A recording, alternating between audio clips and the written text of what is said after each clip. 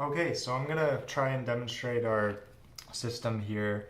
It's a computer with 16 manual controls, but it can run a program, and I have a sample program here. This is going to take two values, 12 and 16, and operate them on the ALU. Right now we have our ALU controlled with these switches, and we can give it the opcode for now we'll do multiplication for this example. So we'll multiply 12 and 16. To get this done, we need some values to be put in RAM, and then we need to flip these corresponding switches in this exact order in order to get our data moving throughout the computer and to get the operation done. But to start out, we can use these dip switches over here to select an address in memory and then program in a value. So we have 8 bytes of memory. Right now we're just going to use, we're going to be using 5 address locations, and each of those can store, we have 16 bytes total, and we can program 5 of those bytes and then get this whole program done. So first we want to put in the values 12 and 16 so we can refer to those with an address instead of having to type in a whole 8-bit number. So we can put in address 14, and we can put in this 8-bit representation of 12. And when we toggle these two switches, this is address control and data toggle. And then when we advance the clock, we've just programmed the value 12 into the 14th location in memory. I'll do the same for 16.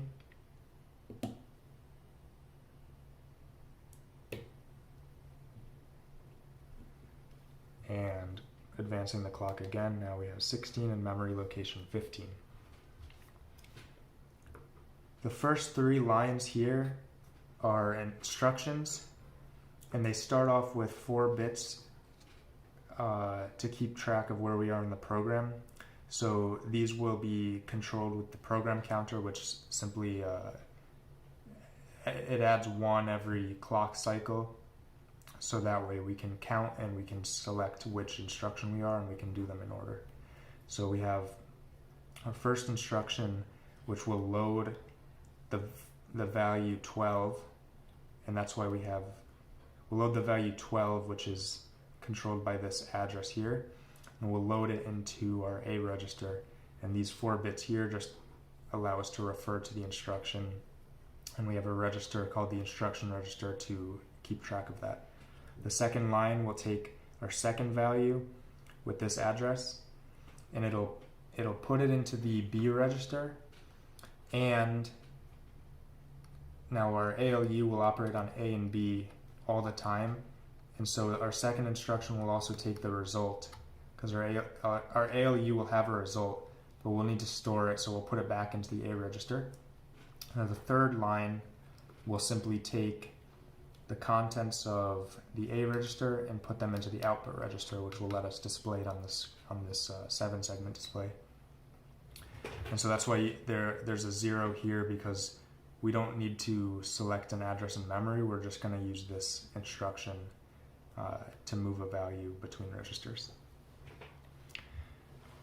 So down here in the we've programmed in the we've programmed in the 2 values, but now we need to program in the instructions. So those can be done the same way. We'll put in address 0, a binary value like this, and then we'll put in address 1,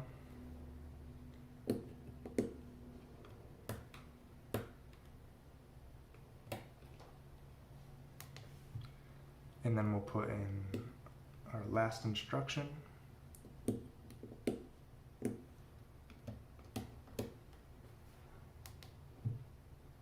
okay, and so we have our RAM programmed, and I can show you the values that are in RAM if I select the address and then I use this switch, which will output the value of RAM onto the bus. And we can, at all times, we can see what's on the bus with the LEDs, like so. So this is the contents of 0, or address 0, just like that. And then if I wanted to show like 16, I can put in address 15, put it out on the bus, and you see the value for 16 on the bus.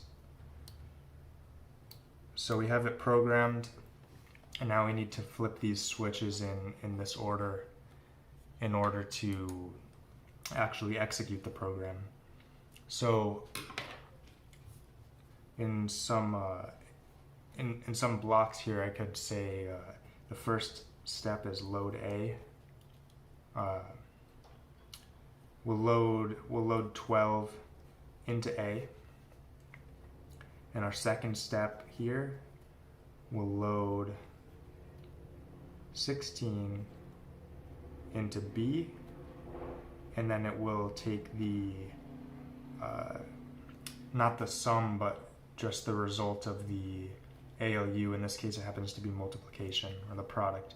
It'll take that and put it into A.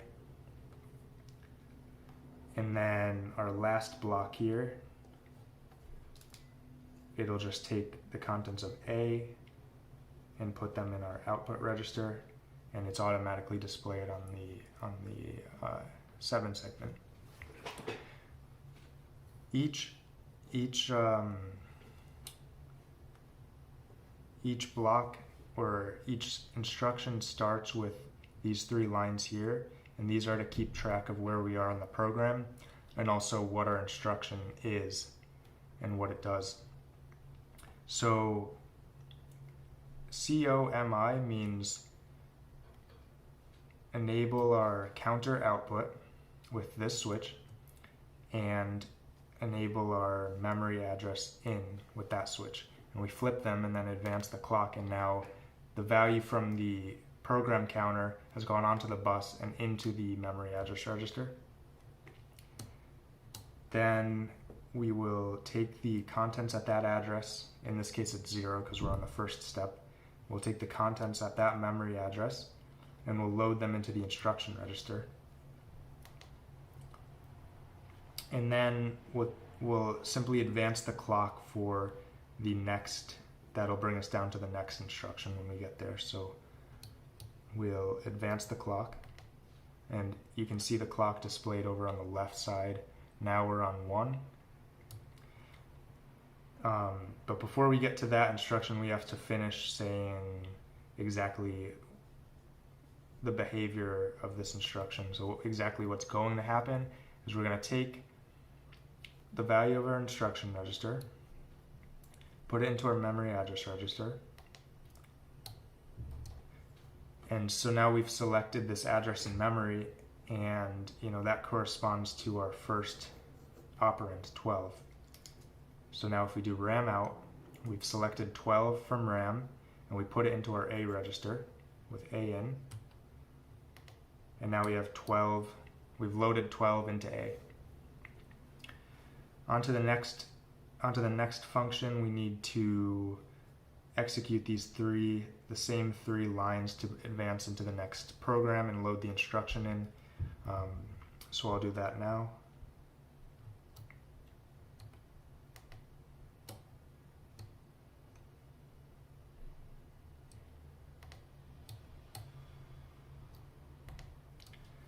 And so now we're gonna say here what the instruction is. So we take our instruction register out, put it in our memory address register, and so essentially that says like we're right here, and we're going to say now take this address which corresponds to 16, and then RAM out will let us take the contents at that address, in other words the binary value of 16, load it into B. And so now we have our 16 loaded into B, and we will take the result from the ALU, which has already been, it's constantly operated. So we'll take the result and put it back into the A register.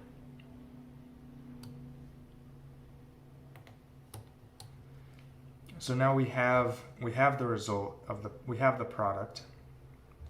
We just need to do one more step, and that's right here.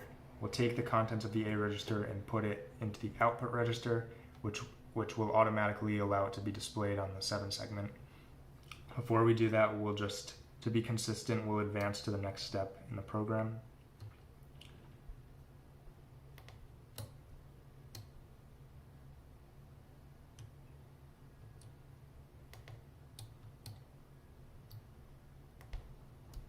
Okay, so A register out, output register in, and now you can see the product. 12 times 16, 192.